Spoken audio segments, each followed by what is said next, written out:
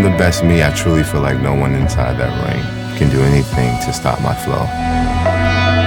So this is just a continuation of proving to the world that I am the best. You know, there's a superior feeling that you have when you know you belong. I feel like I've already proven that I was the best middleweight in the world when I defeated Gennady Golovkin. It's no guy in the middleweight division that I know more than Derevyanchenko.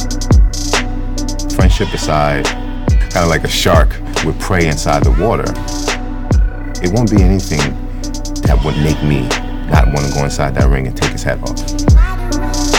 I gotta be honest, I don't think he beat Golovkin. It's my opinion. There's some people that do think he beat Golovkin, but they're in a minority.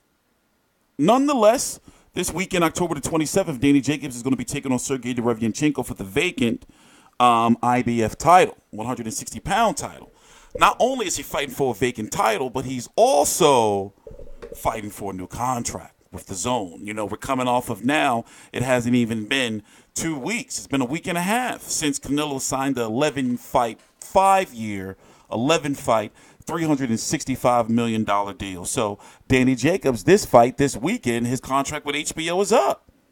HBO is on their way out of boxing in regards to putting into the sport. They haven't really been the last few years or so.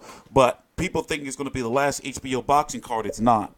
They're going to be putting together, you know, cards that I can say that people are not really going to be like clamoring for, like a Roman Chocolatito Gonzalez card that will feature the Dimitri Bivol card, stuff like that. But moving on, let's talk about Danny Jacobs. Former WBA world champion. In fact, he was the last time the WBA had ordered their world champion and super champion to fight. And that world championship is still around when it shouldn't be. In fact, it belongs to Rob Brandt, who defeated Alberto Machado, who was the front runner to get Golovkin in January or no later than February. That plan is ruined. We're hearing about a Rob Brandt versus Machado rematch, likely for a money grab over in Japan. Or the Dazn is looking and like, listen, we got a middleweight champion out there. Let's go to try to sign him up. In regards to Danny Jacobs, as I was saying, the market has got much more competitive for him to shine. Demetrius Andrade did what he had to do. In fact, let's go look at it real quick. Demetrius Andrade did what he had to do. Even though he didn't get the stoppage, nonetheless, it was a highly entertaining fight with the knockdowns. This was this weekend when he defeated Walter Kundakwa for the vacant WBO title. Billy Joe Saunders vacated it because he was going to be stripped. So it was like, basically, you can't fire me because I quit.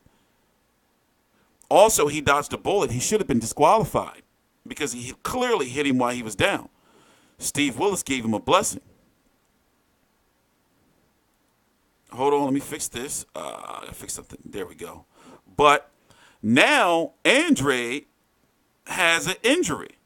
And they're saying that they're going to bring him back, or Eddie Hearn, the promoter, was saying that he's going to bring him back in January or February or so, and it might be against a voluntary. We're going to go look at the rankings in a minute. But, of course, that's a few months from now, so the rankings could be totally different.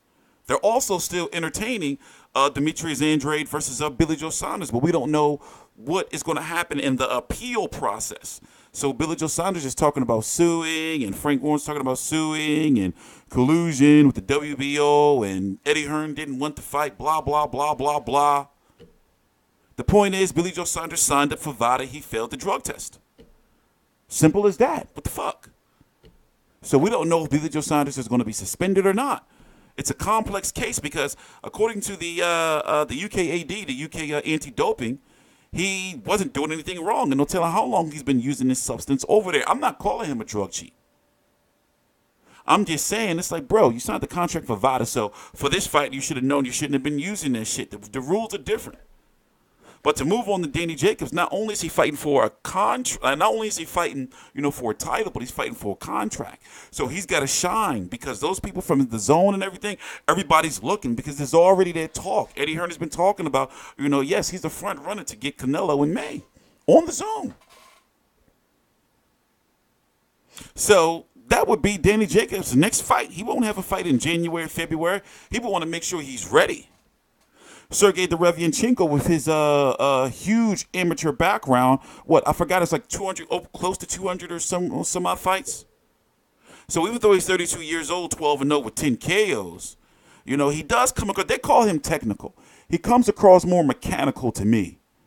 You know, to me. But looking at the last two fights Danny Jacobs has been in, people say that he's been unimpressive. But when you look at there's like Luis Arias, I understand he wasn't a big household name, but he was a very credible opponent to hardcore fans at that point in time. A lot of people just considered him to be a little too green for that fight. When it comes to Solusky, he was actually ordered to fight Vinicius Martirosyan at 154 to be mandatory for Jermell Charlo. Likely, he was offered more money to fight Danny Jacobs, which he took the fight at 160. Even though he was naturally a 160-pounder, a large majority of his career, and he went back to 160 for the Danny Jacobs fight and took Danny Jacobs to hell and back. It was a good fight. So now he's going up against another, well-known, established amateur boxer. So these are very tough, good fights, even though they're not big names. I was on the media call yesterday, and I actually got a chance, at the very end to ask Sergey Derevyanchenko what he thought about basically if he wins, depending on how he wins, he could very well become the boogeyman of the division, where fighters are going to be like, it's low risk. High risk, low reward, like that type of situation. He may have to pay his dues, However, he said, and Lou DiBella, they're like, listen, he's the champion. If we win, they're going to come after us. But we've learned that it don't work like that. He could very well get the boogeyman tag, depending on how he wins or if he wins against Danny Jacobs. So I'm looking forward to the fight. I am going to be going to the fight. It's time to get out in the field, mostly because I really want to get about at least 10 minutes of footage from, which is a lot, kind of, like if you really think about it, from the women's boxing, Shelly Vincent and Heather Hardy, especially the winner of that fight going forward. Also, Alberto Machado is going to be taking on here. Let's go look at the card. Just go full screen. By the way, I'm TstreeT Controversy. This is TstreeT Controversy Live. Please subscribe. I don't know what's been going on. My shit has been all on the fritz lately. All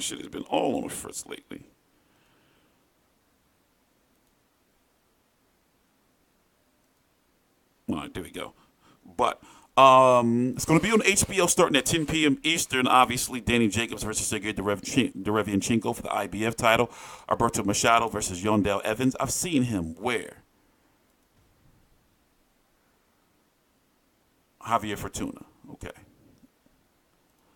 Heather Hardy versus Shelly Vincent. They fought really hard to get this on the televised portion, so it's going to be the opening.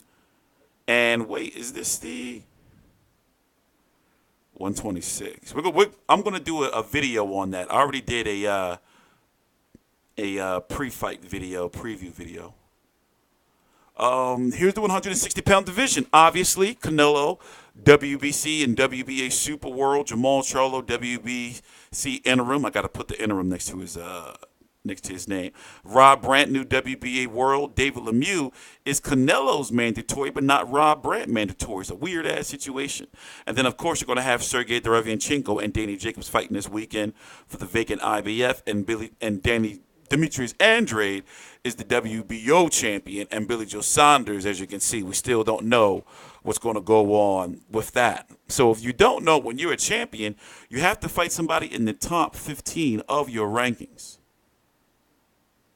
So looking at it as it stands right now, the division is top heavy. But when it comes to the guys working their way up, it's not too much really known there. You see what I'm saying? And I mean top heavy as when you look at, obviously, the champions. Look, there's Canelo 1, Jermall Charlo 2, Rob Brent's in the mix 3, David Lemieux. Murata's been taken out because we don't know where he's going to be placed. I took him out because we don't know where he's going to be placed yet in next month's rankings. So, but he's still in the mix. Derevyanchenko, Jacobs, Billy Joe Saunders, he could very well jump to 168. And then surprisingly, Martin Murray is still in the mix.